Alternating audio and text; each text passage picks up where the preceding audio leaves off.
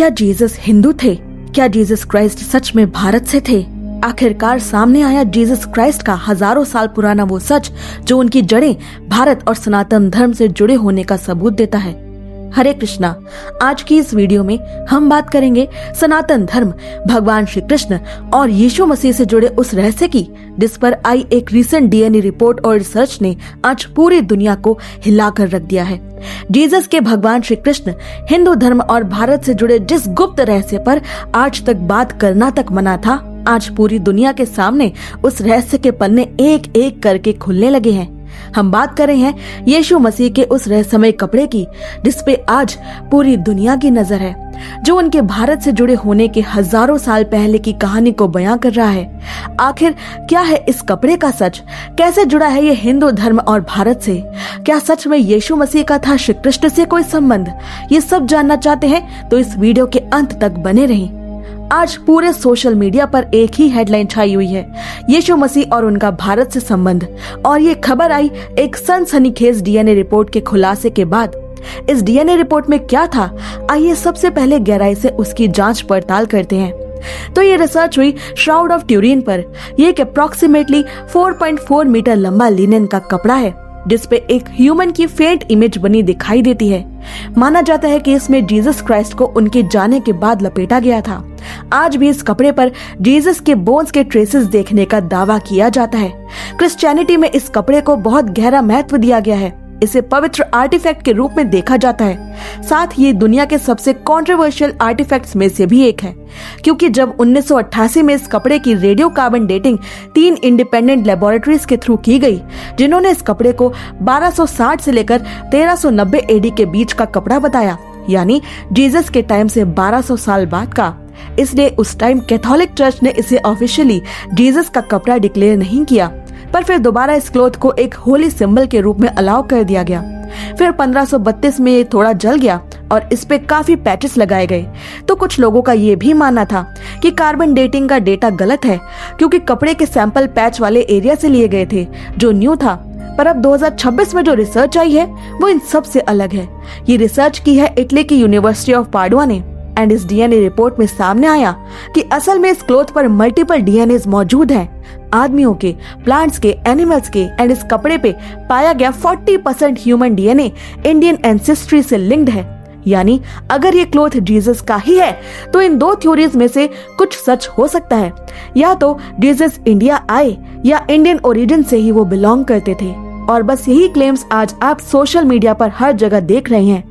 आइए अब और डीपली समझते हैं इस रहस्य को कि आखिर इस क्लॉथ पर मिला ह्यूमन डीएनए इंडिया से कैसे बिलोंग कर सकता है।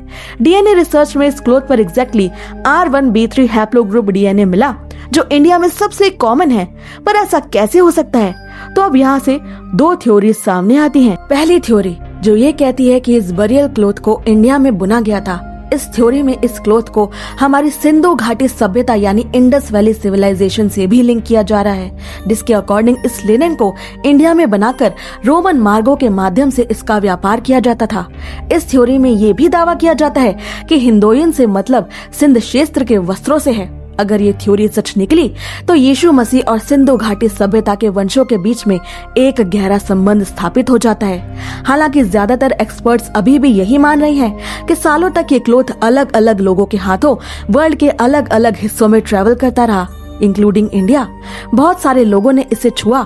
इस पे इतने अलग अलग डीएनए और कॉन्टेमिनेशंस इसलिए ही मिले हैं। इसलिए अभी तक एक्सपर्ट्स ने ये क्लियरली क्लेम नहीं किया है कि ये क्लॉथ इंडिया में ही बना था या जीसस से ही बिलोंग करता था। पर एक रहस्य ऐसा है जिसका जवाब अभी तक रिसर्चर्स भी नहीं दे पाए हैं। 40% ह्यूमन डीएनए, वो भी इंडिया से। इतनी बड़ी मात्रा में इंडियन डीएनए इस क्लॉथ पर सिर्फ ट्रेवल करने की वजह से कैसे पहुंच सकता है? और यही सवाल जन्म देता है इस क्लॉथ और जीसस से जुड़ी दूसरी सबसे रहस्यमय थ्योरी को, जिसके अकॉर्डिंग जीसस इंडिया आए थे। यहाँ उन्होंने री इनकारनेशन यानी पुनर्जन्म, री की energy healing, mistake arts, yoga के बारे में जाना और सीखा। ओडिशा के जगन्नाथपुरी मंदिर के रथ यात्रा से जुड़े पुराने रिकॉर्ड्स और स्थानीय कहानियां तो यहाँ तक भी क्लेम करती हैं कि जीसस क्राइस्ट अपने इंडिया के विजिट के दौरान जगन्नाथपुरी की विश्व प्रसिद्ध रथ यात्रा में भी शामिल हुए थे। इसी क्लेम के अकॉर्डिंग ये भी कहा जाता है कि यीशु मसीह ने 14 साल की उम्र में न सिर्फ जगन्नाथपुरी बल्कि बनारस और इंडिया के दूसरे प्रसिद्ध तीर्थ स्थलों की भी यात्रा की थी। परमहंस योगानंद के गुरु स्वामी श्री युक्तेश्वर गिरी ने भी अपनी बातों में जिक्र किया था कि जीसस ने इंडिया में रहकर भक्ति मार्ग सीखा था। उन्होंने संकेत दिया था कि जीसस पुरी में जगन्नाथ जी की पूजा और वाहन के जुड़े उत्सवों में शामिल हुए थे। यहाँ तक कि आपको ये जानकर हैरानी होगी, पुरी के गोवर्धन पीठ के शंकराचार्य ने भी कई बार अपने इंटरव्यूज में कहा है कि उनके पास ऐसे दुर्लभ रिकॉर्ड्स मौजूद हैं जो बताते हैं कि जीसस, जिन्हें वहाँ ईसा कहा गया, वो जगन्नाथपुरी आए थे और लगभग 5 साल तक वहाँ रहकर गए, जहाँ उन्होंने रथ यात्रा में भी भाग लिया था। जगन्नाथपुरी के पंडों और पुराने लोग आज भी ये प्रचलित कहानी सुनाते हैं कि कैसे एक विदेशी संत ने यहाँ आकर तपस्या की थी, जिसे वो जीसस ही मानते हैं। इस प्रचलित लोक कथा में वो बताते हैं कि आज से लगभग 2000 साल पहले एक किशोर, जिसकी आंखें चमकदार और चेहरा तेजस्वी था, सिल्क रोड के रास्ते से भारत आया। उसका नाम ईशा या ईसा बताया जाता है। वो घूमते हुए ओडिशा के जगन्नाथपुरी धाम पहुंचा। वो ईशा पुरी में ब्राह्मणों और पंडितों के साथ रहे। उन्होंने वहाँ संस्कृत सीखी और वेदों का अध्ययन भी किया। इस लोक कथा में आगे कहा जाता है कि वो जगन्नाथ के दर्शन के लिए घंटों मंदिर के सामने बैठे रहते थे। उन्हें जगन्नाथ जी का सबके साथ वाला स्वरूप बहुत प्रिय था, क्योंकि जगन्नाथ जी बिना किसी भेदभाव के सबके भगवान माने जाते हैं। वो पुरी के समुद्र तट पर बैठकर ध्यान लगाया करते थे। कुछ पुराने लोग ये भी कहते हैं कि उन्होंने वहाँ के गोवर्धन मठ में रहकर योगा और स्पिरिचुअल ज्ञान प्राप्त किया। इसी लोक कथा में आगे बताया जाता है कि जब जगन्नाथ जी का रथ चलता था तो वो विदेशी संत ईशा उस भीड़ में शामिल होते थे।